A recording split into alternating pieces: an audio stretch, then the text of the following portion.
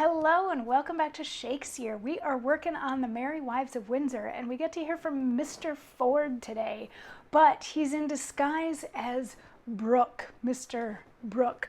And this is because when he found out that Falstaff wanted to try to sleep with his wife, he actually thought that his wife might be susceptible to that sort of a thing. So he wants to meet Falstaff to try to figure out Falstaff's plan and then also keep an eye on whether or not his wife actually sleeps with Falstaff and that sort of thing. Falstaff wants to sleep with Mistress Ford and Mistress Page because they are in charge of the money in their houses, and Falstaff is just about out of money, so he's hoping that if he can sleep with them, then he can get some of their money. So he sent these letters that were terrible, and the ladies started plotting with Mistress Quickly to get back at Falstaff. So at the beginning of this scene, first we had Pistol asking Falstaff for money, and Falstaff's like, no. But then Mistress Quickly came in and told Falstaff that both ladies, Mistress Ford and Mistress Page, were enamored of these letters and wanted to encourage Falstaff to pursue them. Mistress Ford said that her husband was going to be away between 10 and 11 tomorrow, so perhaps Falstaff should come over then. Mistress Page said that her husband is around a lot, but that hopefully at some point in the future they would be able to find a time for him to come over and visit Mistress Page. So Falstaff was like, yes, my plan is coming together. This is great.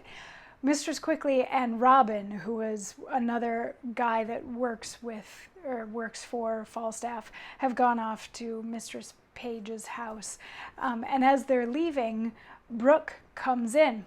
Now, before I get to today's monologue, I do want to say that there's one word in this monologue that I really don't like to say, especially as a white girl. And I know that it's a word that meant something different then, but I read an article recently about some of the language that Shakespeare used. Yes, it meant a different thing then than it does now, but to our 21st century ears, some of these words can actually be very triggering still. Even though it meant something else, to hear that word, we put it in today's context, and it kind of makes you go, eh, even though that wasn't the intention of it. A lot of Shakespeare's language I'll still go ahead with, but this one particular word that starts with an N, I don't really like to say. So in the context of this piece, that particular word meant sort of grudgingly. So I'm going to say the word grudgingly instead of the original language, just in the case of that one word. I apologize to the Shakespeare purists who would argue with me that I should say the original thing, especially since I've been doing first folio for this whole project, but I thought a lot about this, and I really don't like the way that word feels in my mouth. So I'm going to say grudgingly instead in that place. So anyway, language aside, Brooke comes in and sits down with Falstaff. He's like, oh, I've wanted to meet you for so long. I hear that you're this great man, and I'm sorry to take all this time from you and all that sort of a thing. And he's like, hey, do you know a woman who's married to a Mr. Ford? Of course, Brooke is Ford, so he's asking Falstaff about his own wife, but he's not saying, hey, do you know my wife? He's saying, do you know the woman that's married to Ford? And Falstaff is like, actually, yeah, I do know her. What about her? And Mr. Ford, disguised as Brooke, says, I have long loved her, and I protest to you, bestowed much on her, followed her with a doting observance, engrossed opportunities to meet her, feed every slight occasion that could but grudgingly give me sight of her, not only bought many presents to give her, but have given largely to many to know what she would have given. Briefly, I have pursued her, as love hath pursued me, which hath been on the wing of all occasions. But whatsoever I have merited, either in my mind or in my meed, I am sure I have received none. unless experience be a jewel that I have purchased at an infinite rate, and that hath taught me to say this: love like a shadow flies when substance love pursues, pursuing that flies, and flying what pursues. So what he's saying here, he's building up a story. He's saying that he has been trying to woo Mistress Ford for a very long time. He's given her gifts.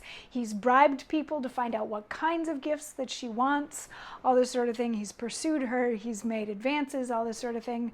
But he's gotten absolutely no response from her whatsoever, and he's getting really frustrated with it. And Falstaff is like, so why are you talking to me? And Mr. Ford is like, well, I've heard, because you're so smart and you're so great and you're so strong and you're so handsome, that if anybody can turn Mistress Ford's eye, it would be you. So here's a great big bag of money. Take this money and go woo Mistress Ford. And Falstaff is like, wait a second, but if you want her, why do you want me to woo her? And Mr. Ford is like, well, because some of the excuses that she's given me are like that she has a husband and she's pure and she's, virtuous and she will only be with her husband and stuff like that. But if you can get her away from her husband, if you can make her stray, then it'll make it easier for her to stray in my direction as well.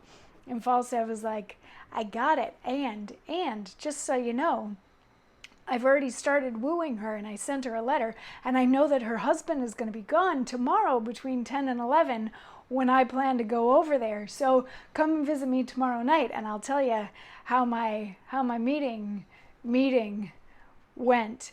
And Mr. Ford is like, great. And do you know Mr. Ford at all? And Falstaff's like, no, I've never met him, but he's got to be an idiot. And Mr. Ford's like, oh, I just wanted to make sure that, you would know who to avoid if you saw him in a crowd. And Falstaff was like, I don't need to know. He's, worthless, blah, blah, blah, blah, blah.